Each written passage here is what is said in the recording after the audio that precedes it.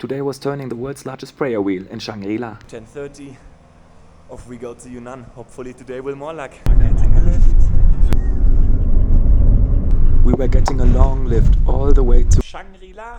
Maybe you know the name of the city from the old book Lost Horizon. It was a stressful journey, 4 or 5 hours.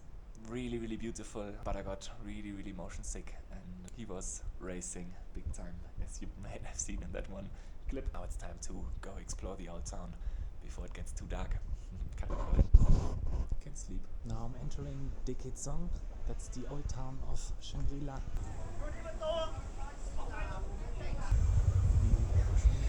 This is the largest prayer wheel in the world. It's golden and it needs at least 6 people to turn it.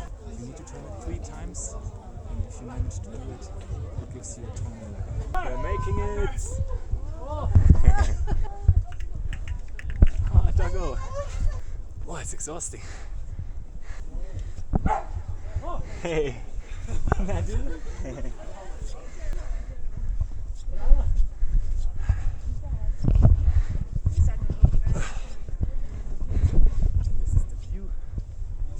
We made it.